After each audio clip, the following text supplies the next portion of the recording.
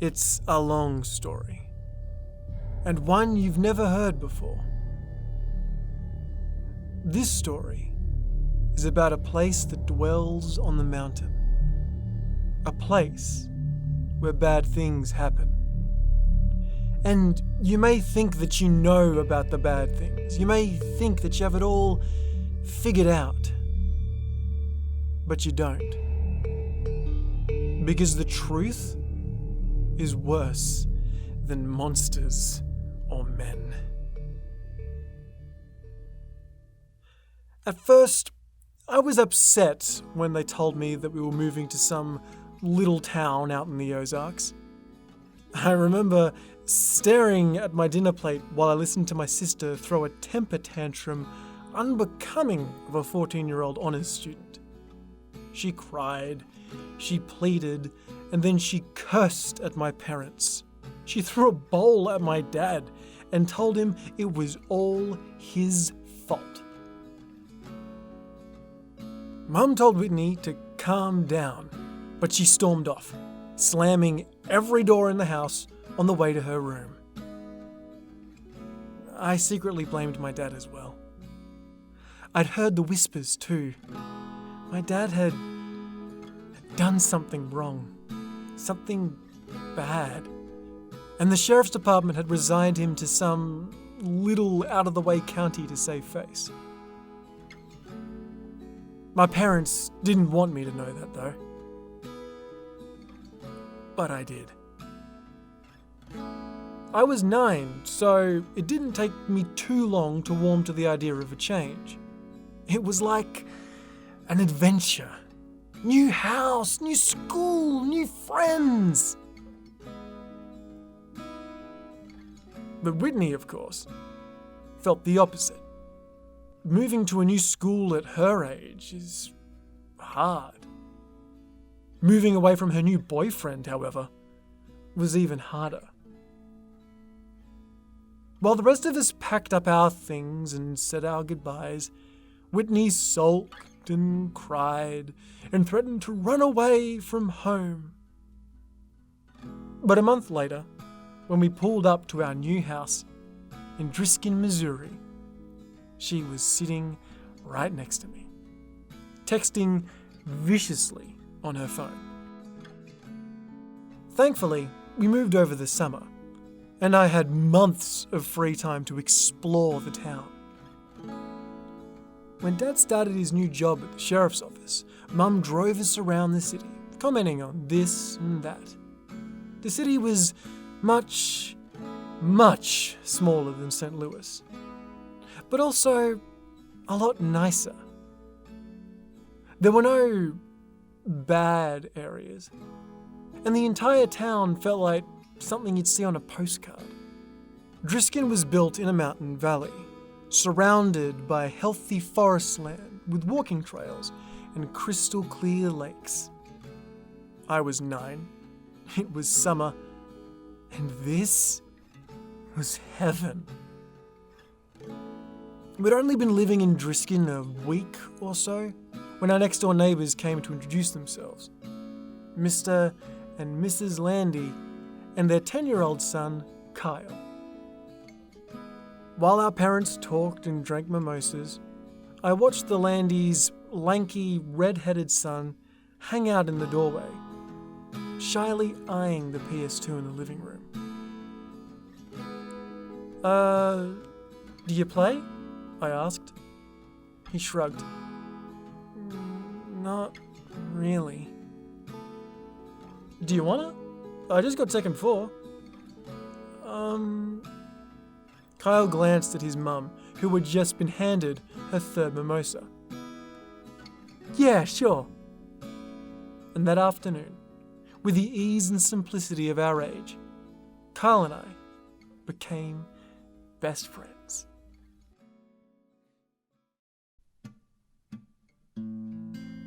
We spent the cool summer mornings outside exploring the Ozarks, and the hot afternoons in my living room, playing the PS2.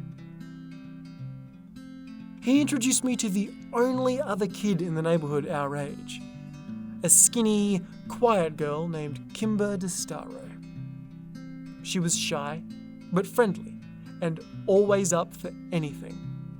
Kimber kept up with us so well, in fact, that she quickly became the third wheel on our tricycle. With my dad at work all the time, my mum consumed with her new friendships, and my sister locked away in her room all day, the summer was ours to take. And take it we did.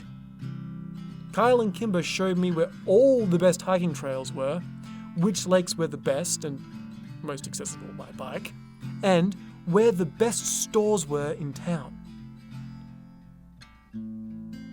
So by the time the first day of school rolled around in September, I knew I was home.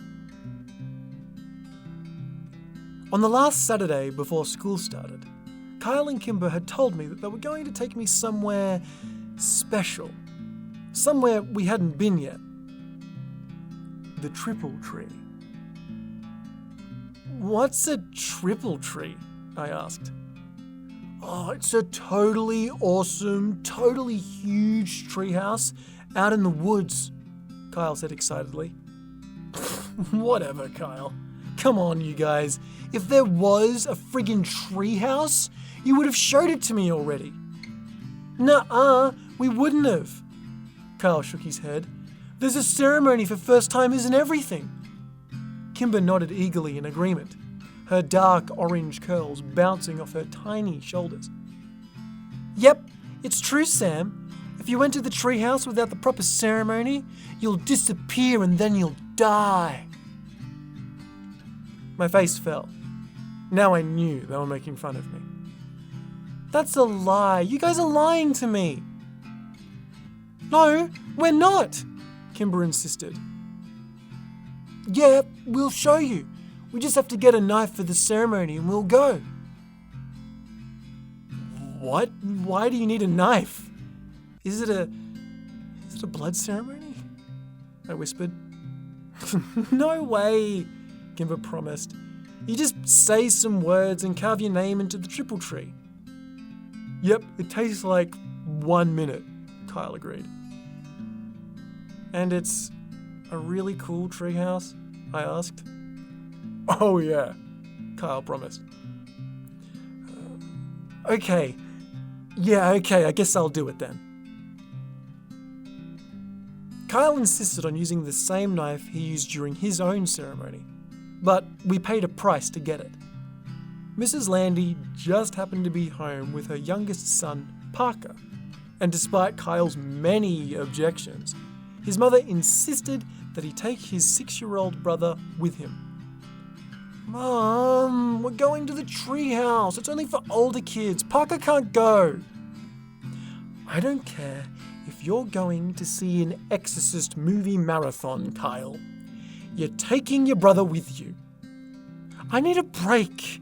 Can't you understand that? And I'm sure your friends won't mind. She flashed Kimber and I a challenging look. Right? No, not at all, Kimber said, and I nodded in agreement. Kyle made a loud, dramatic sigh and called his brother. Parker, put your shoes on, we're leaving now. I'd met the youngest Landy several times before and found that he was unlike his older brother in looks and disposition. Where Kyle was a wild, excitable fireball with hair to match, I found Parker to be an anxious, fidgety boy with small eyes and dark brown hair. We got on our bikes and made our way to a lesser-known hiking trail a few miles away. I'd asked before where the trail had led when we'd ridden across it several weeks before, and Kyle had given me an underwhelming answer of, "No, interesting." We pulled up to the trailhead and leaned our bikes against the wooden signpost which read, West Rim Prescott Ore Trail. Why are so many trails around here named Prescott? I asked. Is this Prescott Mountain or something? Kimber laughed. No, dummy. It's because of the Prescotts, you know, the family that lives on the mansion up on the Fairmont. Mr. Prescott and his son Jimmy own like half the businesses in town. Oh, more than half.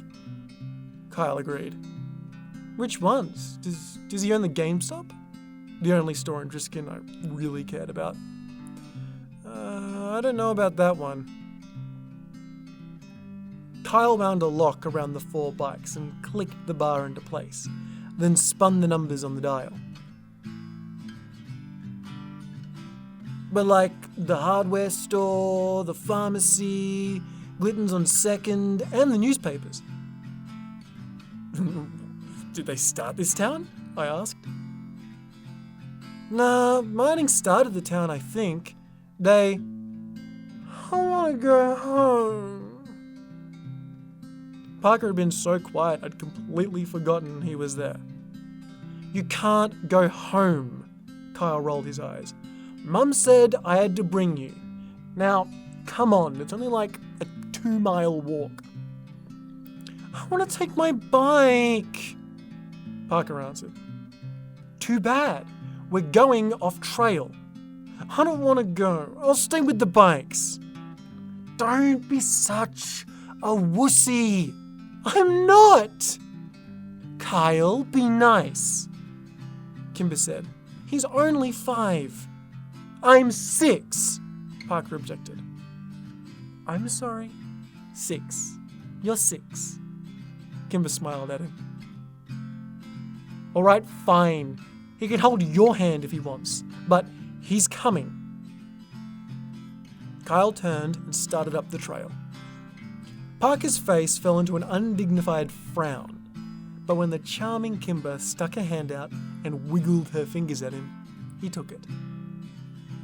Kyle was right. It wasn't a long walk. Only a half mile down the trail and then another half mile, like on a well-tread path up the mountainside. It was a steep climb though, and by the time we got to the treehouse, I was winded. What do you think? Kyle said excitedly.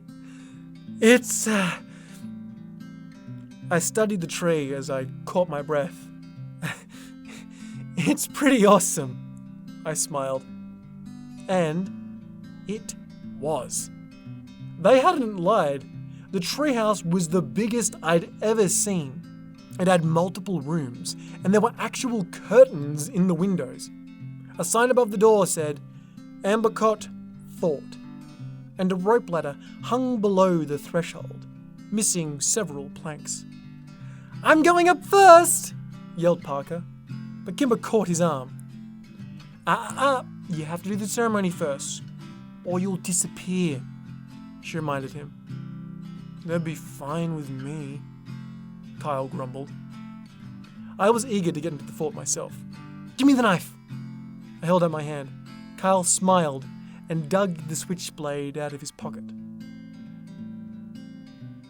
There's some space in the back for you to carve your name. I opened up the knife and walked around the tree, looking for an empty spot. There were so many names on the tree that I had to crouch down and look near the bottom since I couldn't reach any higher. I spotted both Kyle and Kimber's carvings on the tree, and I finally found a spot I liked near the latter. I bit my tongue and carved Sam W into a blank piece of bark underneath someone named Paul S. Parker went next, but he had so much trouble with the knife that Kyle had to do it for him. Alrighty, let's go! I ran over to the rope ladder. Wait! Kyle yelled. You have to say the words first! Oh, yeah, okay, what are they? Kimber sang them out. Underneath the triple tree, there's a man who waits for me. And should I go or should I stay? My fate's the same either way. That's creepy, I said. What does it mean? Kimber shrugged. No one knows anymore. It's just tradition. Okay, can you say it one more time? Slower? Once Parker and I had recited the poem, we were ready to go. I climbed the rope ladder first and took stock of my new surroundings. The treehouse was more or less empty. Just a dusty rug here and there, and some trash, old soda cans, beer cans, and fast food wrappers. I went room to room, 4 in total, and found nothing of real interest until the last one. An old mattress lay in the corner, and a pile of musty, ripped clothing scattered the floor. Did a hobo live here? I asked. Nah, this room has been like this for as long as I can remember, Kyle said from the doorway behind me. It smells gross, I said. Kimber walked up to the threshold but refused to go any further in. It's not the smell that freaks me out, it's that. She pointed up to the ceiling, and I raised my eyes to read what was written there. Road to the gates of hell. Mile marker 1. What does it mean? I asked. It's just older kids being dicks, Kyle said. Come on, I'll show you the best part of this treehouse. We walked back into the first room, and Parker looked up at us and smiled, pointing down to what he had carved into the wooden floor. Fart, Kyle read. That's hilarious, Parker. He rolled his eyes, but his little brother didn't pick up on the sarcasm and smiled proudly. Kimber sat down on the floor next to Parker, and I sat on his other side. Kyle took the knife from his brother and then walked across the room and wedged the blade between 2 planks of the wooden wall. He pushed, and the board gave, opening up a small, secret compartment in the wall. Kyle took something out and pushed the plank back in until it was flush with the others. Check it out! He turned around and proudly held up 2 cans of Miller Lite beer. Whoa! I said. Ew, warm beer? That's gross! How did you even know that was in there? Kimber asked. Phil Saunders told me. Are we gonna drink it? I asked. Hell yeah, we're gonna drink it! Kyle came and sat down in our circle, popped open the first beer, and offered it to Kimber. She eyed it like he was trying to hand her a dirty diaper. Oh, come on, Kimmy. Don't call me that, she yelled at him, and then reluctantly took the open beer. She smelled it and made a face, then pinched her nose and took a small swig. Kimber shuddered. That was even grosser than I imagined. I don't want any! I'll tell Mum! Parker said quickly as the beer passed in front of him to me. Good, 'cause you ain't getting any, Kyle promised.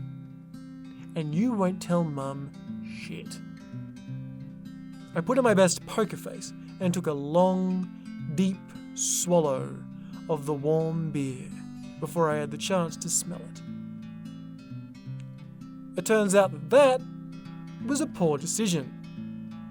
And when I retched, the foul yellow liquid went all over my shirt. Oh man, now I'm gonna smell like beer! We spent the next hour and a half drinking the 2 cans of Miller Lite, and after a while, the taste grew more tolerable. I couldn't tell if I was becoming a man, or actually getting drunk. I hoped it was the former. When the last drop of the last beer was consumed, we spent 20 minutes trying to determine if we were drunk. Kyle assured us that he was wasted, while Kimber wasn't sure. I didn't think I was, but I failed all of our drunk tests. Kimber was in the middle of reciting the alphabet backwards when a loud, metallic grinding suddenly pierced the calm mountain air like a gunshot. Kimber stopped talking. We spent a few minutes staring at each other, waiting for the noise to end. Parker curled into Kimber and put his hands over his ears. After what seemed like 10 whole minutes, the sound ended as suddenly as it had begun. "What was that?" I asked, and Parker mumbled something into Kimber's shirt. Do you guys know?" I tried again. Kimber stared at her feet as she crossed and uncrossed them. "Well?" "It's nothing," Kyle assured finally.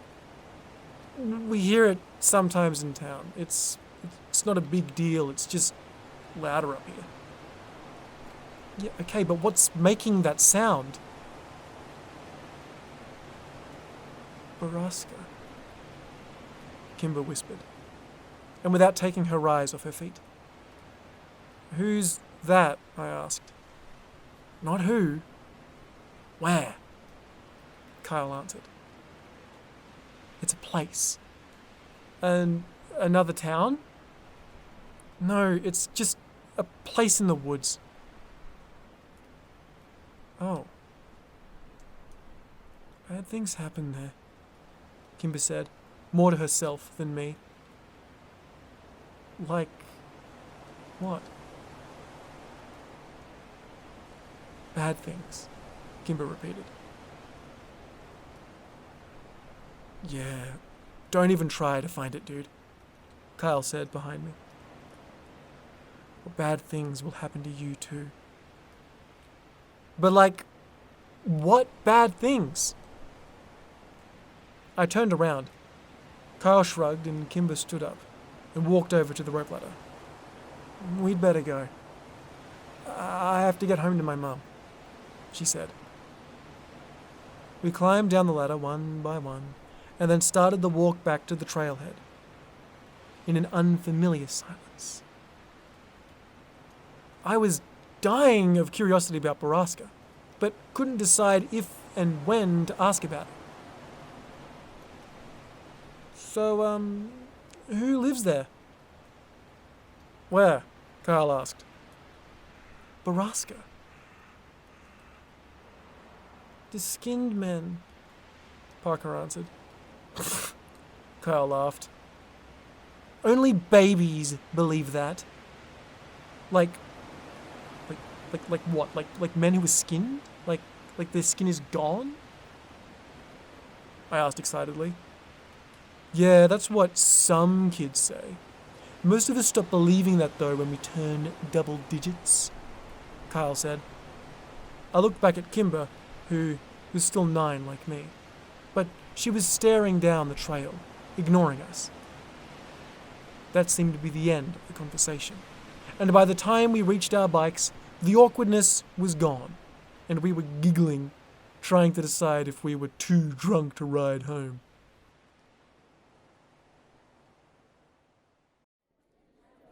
School started 2 days later, and I'd completely forgotten about Borasca.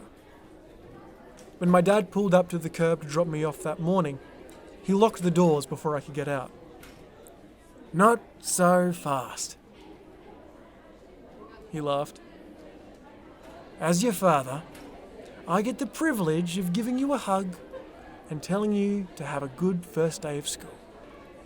"But Dad, I've got to go meet Kyle by the flag before first bell." "And you will. But give me a hug first. In a few years, you'll be driving yourself to school. Let me be your dad while I still can." "Ugh, fine," I said, exasperated, and leaned over to give my dad a quick hug. "Thank you. Now, go meet your friends. Your mum will be picking you up here at 3:40. "I know, Dad," Why can't I just take the bus like Whitney? When you're 12, you can catch the bus. He smiled and unlocked the doors. Until then, I get to drop you off in the mornings. And if you think it might make you look cooler, you can ride in the back behind the cage. Dad, just don't. I threw open the door of his cruiser before he could say anything more, and ran as he laughed behind me. Kyle was already waiting for me at the flagpole, and he'd found Kimber too. "Dude, you almost missed the bell!" he yelled when he saw me.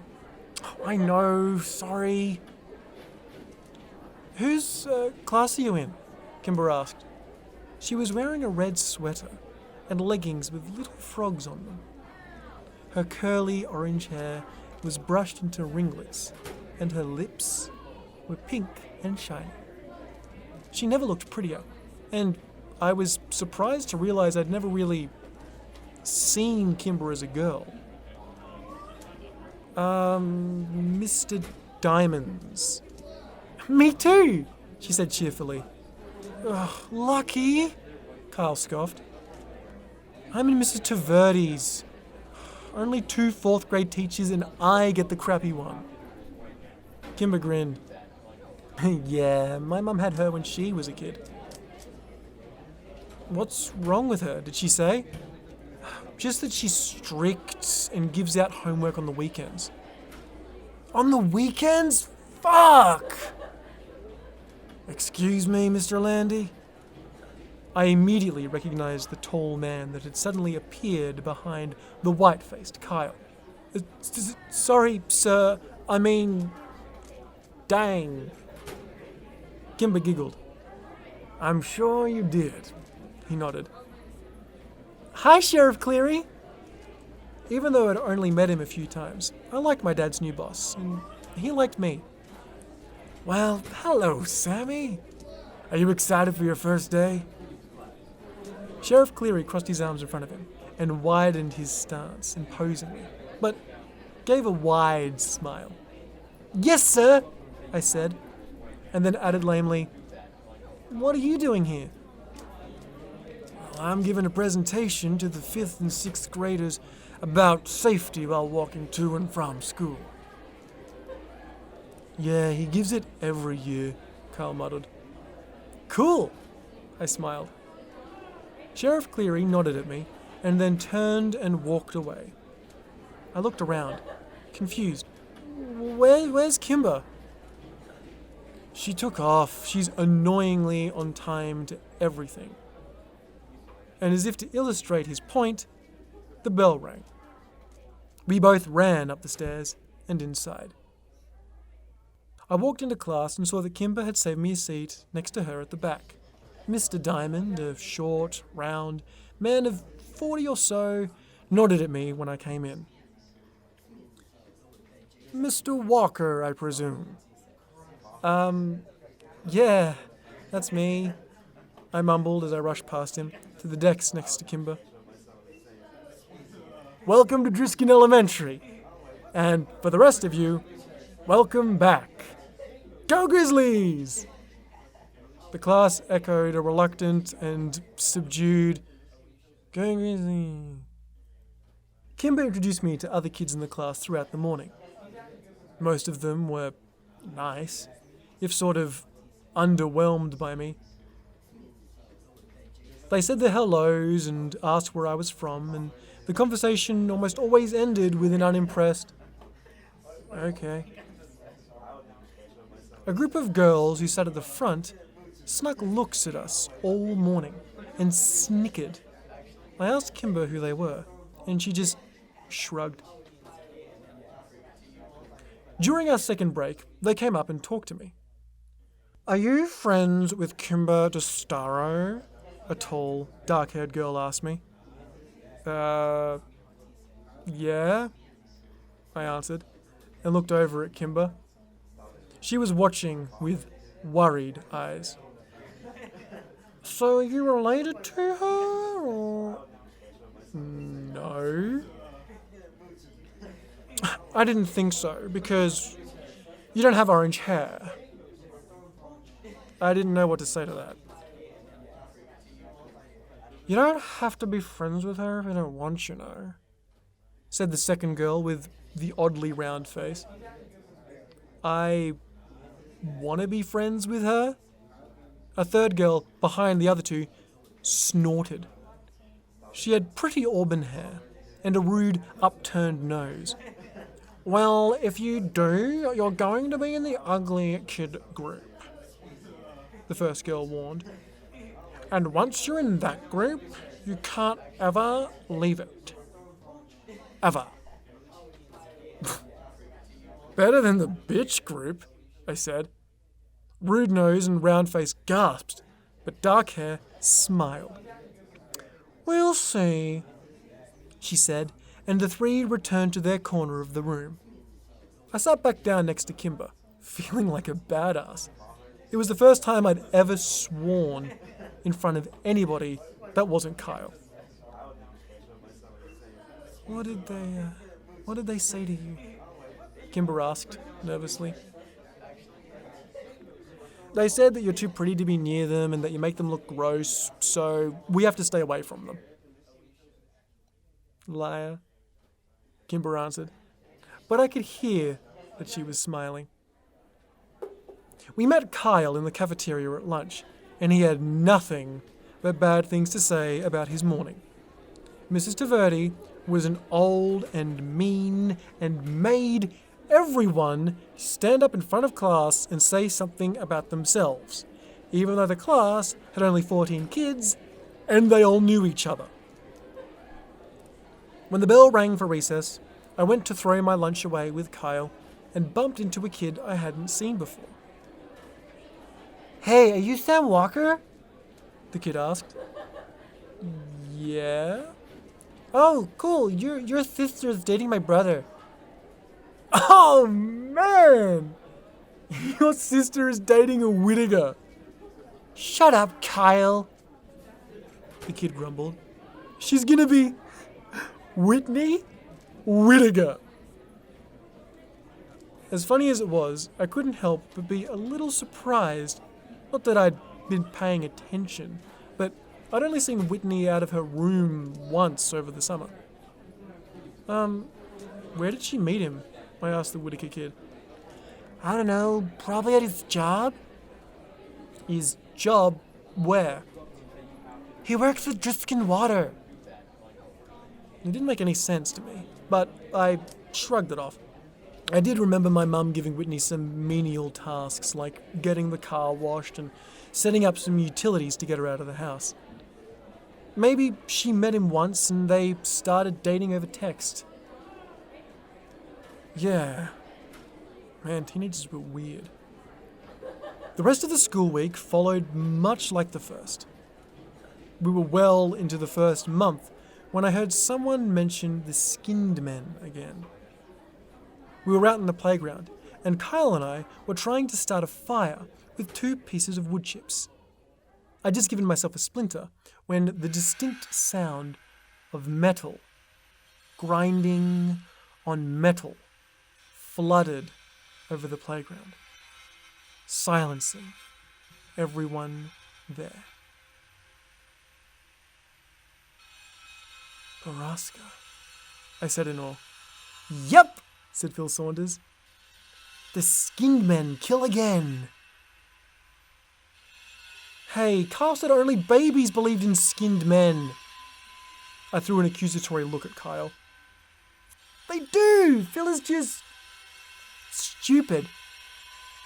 I'm not. Ask Danielle. She's seen them. Paul scanned the playground and then yelled at a blonde girl talking to Rude Nose. Hey, Danielle! Come here!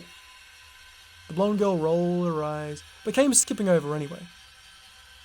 What do you want? I told you Kayla doesn't like you, Philip. No. Tell them about the skinned men. Phil gestured to the air around us, which was still filled with metallic scraping coming down from the mountain. You tell them. No. You saw them, so you tell them. I didn't see them. Paige saw them. Oh, Phil said, and an uncomfortable silence descended. You guys are weird, Danielle said, before flipping her hair in our faces and leaving. Who's Paige? I asked when she was gone. Her sister, Phil said. Paige disappeared when we were like 5, Kyle said. After she saw the skinned men, Phil added. The sounds from the mountain abruptly ended, and the subdued atmosphere of the playground disappeared. When the bell rang, Kyle lined up in his class line, and since Philip was in my class, I made sure I was behind him. The teachers began to count us off. Hey, what else do you know about Borasca? I whispered to him. My brother said that the people go there when they disappear, to Borasca. Okay, what happens to them there? Bad things, he said, and then shushed me when I asked him what he meant. The year dragged on, and it wasn't until Christmas break that I heard the machine at Borasca again. It was December, and there was a thick blanket of snow on the ground, which only serves to amplify the noise from the mountain. I sat in my room, listening to it for a few minutes, trying to decide what was happening in the place that bad things happen. I saw my dad's cruiser pull up out the window and went down to greet him. As I passed my sister's door, I heard her giggling in that annoying teenage girl way, and I cringed. God, I hoped Kimber never ended up like that. Dad! I skidded on the landing just as he opened the door. My dad stomped the snow off his boots and threw open his arms. Sammy! Oh, how many years has it been? He joked. It was true. I hadn't seen much of my dad since he started working so much. Doing what, though? I didn't know, since this was the quietest, lamest town ever. Mum thought the sheriff was grooming him for his job, since Cleary was so old and Dad never really agreed or disagreed with her. He'd only been at the department 7 months after all, and he doubted people in the county would vote for him. Hey Dad, do you hear that? That machine-sounding noise? Yep, I hear it in town every now and then. Do you know what it is? I asked the sheriff about it, and he told me the noise comes from some private property up in the Ozarks. Is the property called Borasca? I asked quickly. Oh, I have no idea. Borasca? Where'd you hear that? I shrugged. Kids at my school. Well, it's nothing to worry about, Sammy. Probably just some logging equipment. But is the place called Borasca? Have you heard that name before? No, I have not heard the name before. Dad pulled his boots off and shrugged off his coat, looking towards the kitchen. I could tell I was losing him. Well, have you ever heard of the skinned men? I asked quickly. Skinned men? Good God, Sam! Is your sister telling you these stories? No, but he wasn't listening to me anymore. Whitney! He yelled up at the stairs. No, Dad, Whitney doesn't ever talk to me, I repeated. I heard the door creak open upstairs, and Whitney peered over the railing, phone in hand, and an annoyed look on her face. Are you trying to scare your little brother? Dad demanded. Dad, no, I said again. Whitney shot me a betrayed look. Ugh, as if I'd waste my time. You aren't telling him stories about skinned men? No, Dad, I told you I heard it at school, I said.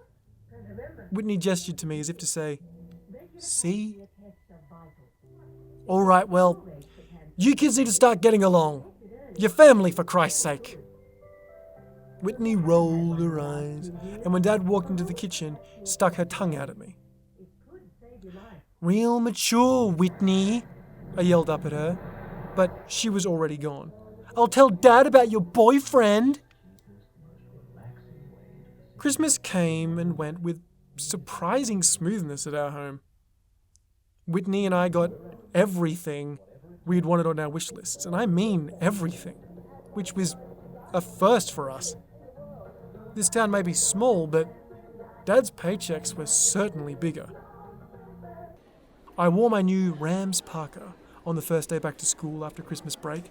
Kyle fawned over it, and Kimber showed off the blue pearl necklace her mum had given her for Christmas. Kyle and I feigned interest, but did it poorly. Kimber knew, but just seemed happy that we cared enough to fake it. As we said goodbye to Kyle for the morning, Kimber was suddenly slammed from the side. Kyle caught her before she fell, and I spun around angrily to see dark-haired girl, whose name I'd learned was Phoebe Dranger, laughing and walking away from us with round-faced girl. You're bad people who make poor life choices, Kyle yelled at them. When I'm your boss someday, I'll make you clean bathrooms. Yeah, and if Kyle's your boss, well then you know you messed up. I added. Kyle and I high-fived and turned to Kimber, but she wasn't sharing in our victory. She was trying to hide the tears on her face. Don't sweat those girls, Kimber. Nobody likes them. People are just nice to them because they're related to the Prescotts. Kyle tried to give her an awkward pat on the back, but Kimber turned away from him and ran in the opposite direction. I hate those girls. Like, I really hate them, I said. I know, they're bitches, Kyle answered, mouthing the last word as he looked over his shoulder for any lurking adults. Well, I'd better get to class and make sure that I don't try and talk to her again. No, there's an assembly this morning. No class until after lunch. Seriously? That's awesome! Do we have to sit by class? Not usually, but we'd better go quick so we can get seats at the back, Kyle said, as we started walking. What's the assembly for? I asked. It's either DARE or the History Society presentation. What's DARE? You know, dare as in don't you dare do drugs or you'll be like grounded till you're dead. Oh. Yeah, no, I hope it's a history thing then. We found Kimber already in the auditorium. She had collected herself and saved us both seats at the back of the room. She waved us over, just as the puffy, stern Mrs. Taverdi walked onto the stage. Hello, 4th grade students. This morning we have a special presentation for you from the Historic Preservation Society of Driskin. If you have questions during the course of the lecture, please raise your hand. Like that'll happen, Kyle laughed. Now, I'd like to introduce you to Mr. Wyatt Dowding, Miss Catherine Scanlon, and of course, Mr. James Prescott. Wait, Jimmy Prescott not his dad? That's so weird, Kimber whispered. Dude, Thomas Prescott has done every presentation for like 20 years, Kyle said. It's definitely weird. Oh, it's not weird, whispered Mike Sutton from behind us. He leaned forward. Tom Prescott went crazy like a year ago. He didn't do the presentation last year either when my sister was here. I don't like Jimmy Prescott. Kimber shook her head. He gives me the heebie-jeebies. His dad is so much nicer. He's like a grandpa. The presentation was slow and boring. Mr. Dowding and Miss Scanlon talked about the first settlers here, the Cherokee, and the Trail of Tears. They talked about Alexander Driskin's discovery of a motherlode of ore in the mountains and settling here with his family to mine and refine the iron. Then James Prescott took the stage from there to tell the story of his family's early journey to the town and their role in the revitalization of Driskin itself in the late 50s. The last part was the most interesting of all, and I found Jimmy Prescott to be infallibly charismatic and entertaining. I was so busy laughing at his jokes and hanging on his every word that by the end of the presentation, I realized I'd actually learned quite a bit. So much so that I was interested enough to ask a question, which Kyle warned me was social suicide. Mr. Prescott scanned the room and answered a few other questions before he finally got to me at the back. Yes, you in the back. Mr. Prescott, sir? Why did the mines close? Like, what happened? I asked. That's a very good question, young man. What did you say your name was again? Sam Walker? Ah, I believe I met your father the other day at the sheriff's office. Welcome to Driskin. As for your question, most of the mines were closed in 1951 after a long period of unprofitability. The mountain had simply run out of iron ore. The mills and refineries were abandoned, and the town suffered for years. The miners and their families moved away. Stores went out of business. Driskin became a ghost town. That would have been the end of it if it wasn't for families like mine who refused to leave. We refused to give up on this town. And after many, many years of hard work, Driskin became the picturesque little haven in the Ozarks that it is today. I hope that answers your question, son. I sat back down and Kyle shook his head at me. Bro. The assembly suffered through another 15 minutes of awkward Q&A until Mrs. Taverdi finally cut us loose. We were released into the cafeteria to wait for the lunch lines to open. Kyle, Kimber, and I sat in our usual corner. That was so boring, Kyle whined. When are they going to figure out that no one cares about Driskin's history? Seriously, I fell asleep like 3 times. Kimber nudged me. Sam seemed pretty interested to me. Hey, I just wanted to know about the mines. Mines are creepy, that's all. Yeah, but all our mines are blown up. You can't go into them anymore, Kyle said. What, blown up? I asked. Kimber nodded. Some kids died after going into the mines, so the city set off some controlled blasts to implode the caverns.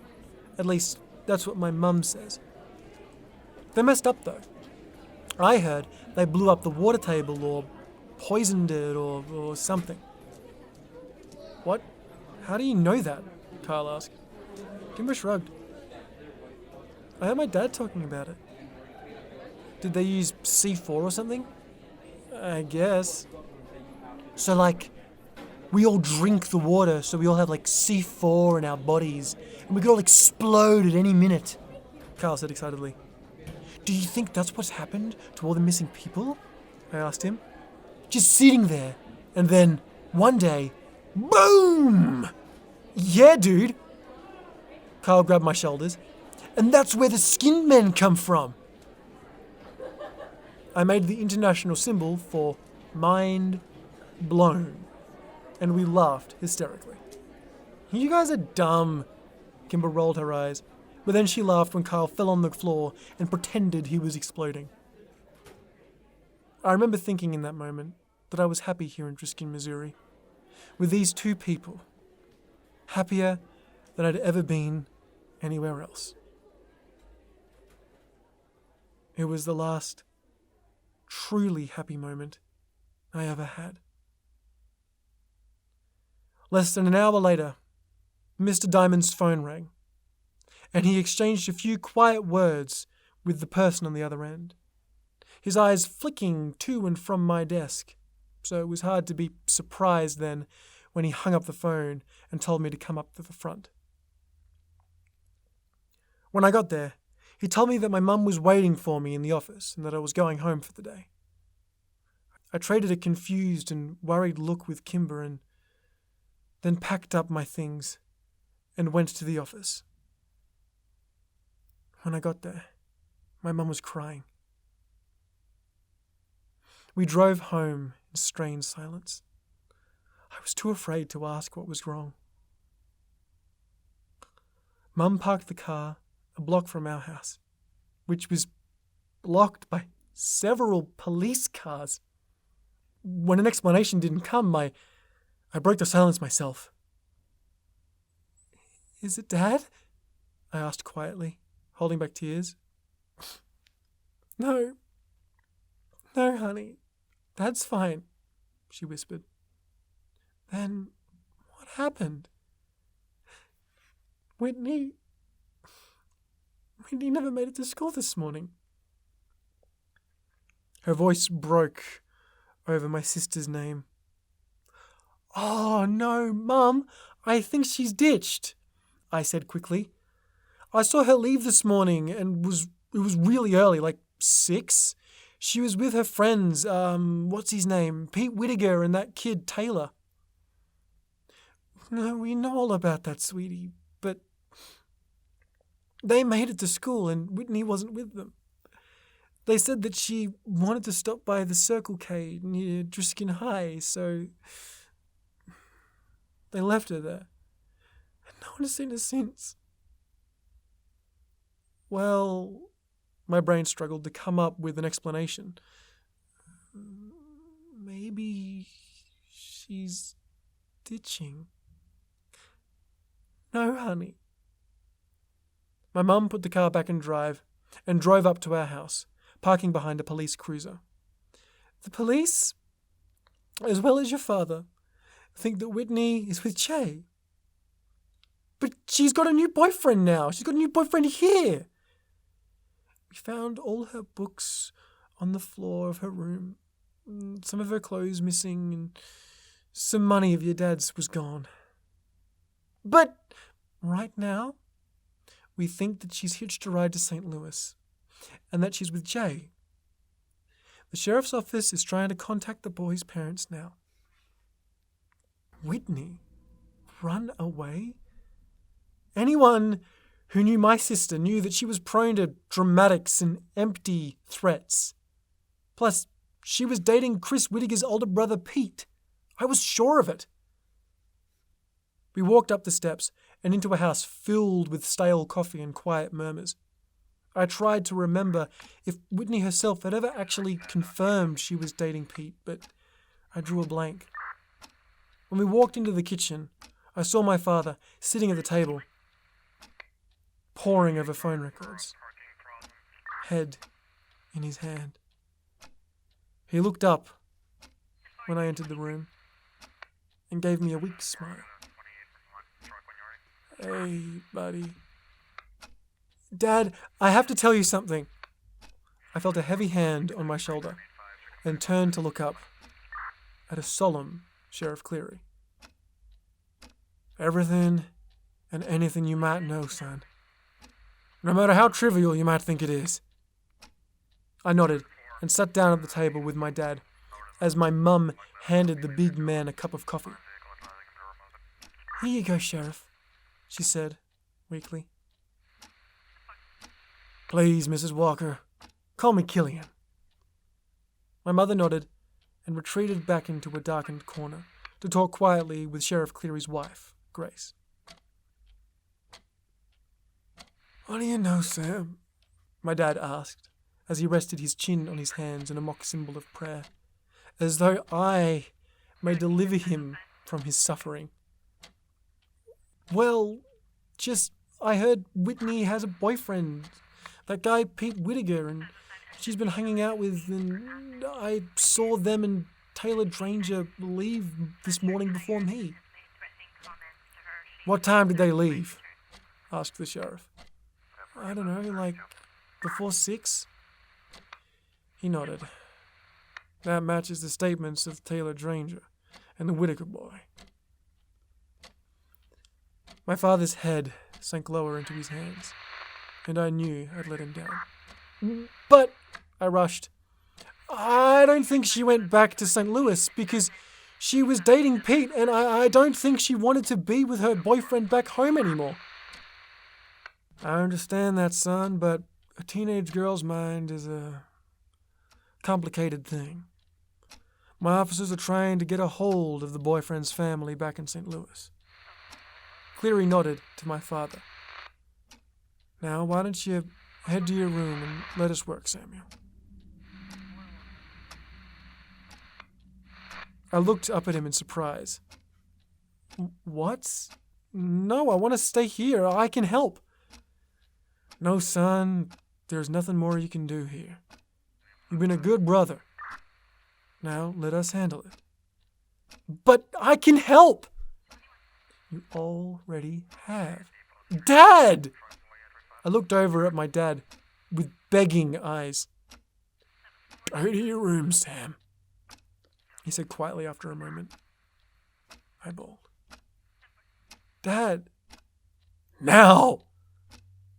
I was so angry. I did the only thing that I could have to make my rage known. I stomped upstairs and slammed the door of my room shut as hard as I could. The tears came then, and I laid there, feeling helpless, worthless, and scared for my sister. I thought about all the places Whitney could be. Was she scared? Was she alone? Was she dead?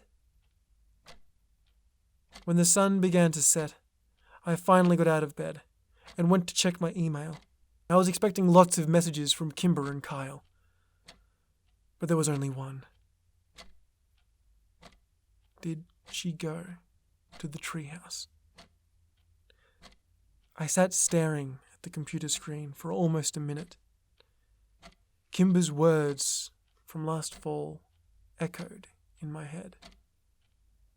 If you enter the treehouse without the proper ceremony, you'll disappear, and then you'll die. I didn't buy that Whitney had gone to Circle K that morning, and I especially didn't believe that she'd hitchhiked out of town. Nothing they were saying downstairs made any sense if you knew my sister. But maybe this did. Maybe she and her boyfriend went to the treehouse to make out or something, and maybe she was still there. Maybe she'd gotten lost, or maybe the skinned men had found her. That was the worst thought of all. I didn't need to sneak out because the police were too busy with my parents to care about me anyway. I snuck my bike out of the garage and rode the 3 miles to the West Rim Prescott Ore Trail. When I got there, I saw 2 bikes already locked to the signpost, and my 2 best friends sitting in the snow next to them. I knew you'd come, Kyle said when I pulled my bike up, and Kimber ran up and hugged me. I'm so sorry, Sam. There was really nothing for me to say, and they didn't push. Kimber took my arm, and we started up the trail. The silence between us was stretched but comfortable. We trudged through the snow, and all the while I searched for the telltale footprints of others in the snow. But it was falling too fast. The hike up the mountain was harder and wetter than when we'd come up in the fall. And when Ambercott Fort finally came into view over the ridge, it was a welcome sight. The sun was getting low, and we hadn't brought flashlights.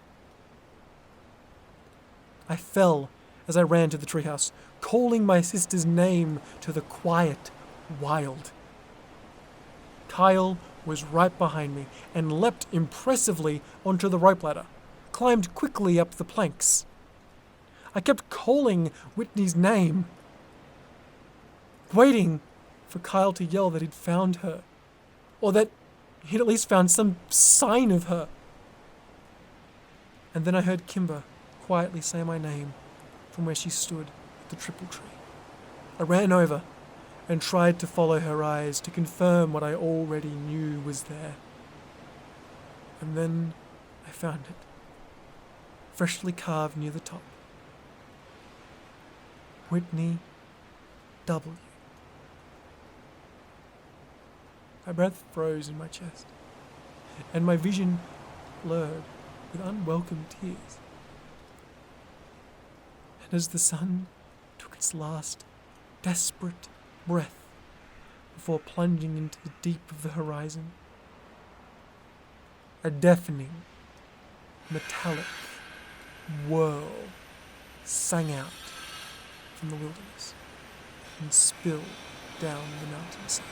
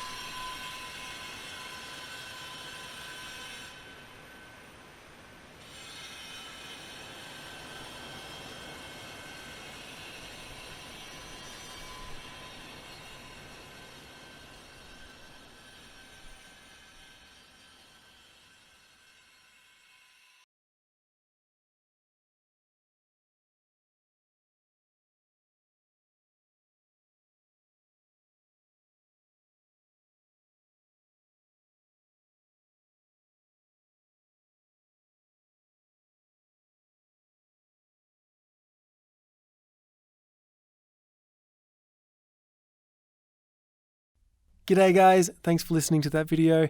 And before I head off today, I just want to give a special thanks to my beautiful patrons, Lady Nevermore, Catherine Gordon, the Curator, and Skulk Queen. If you see them in the comment section, please say g'day.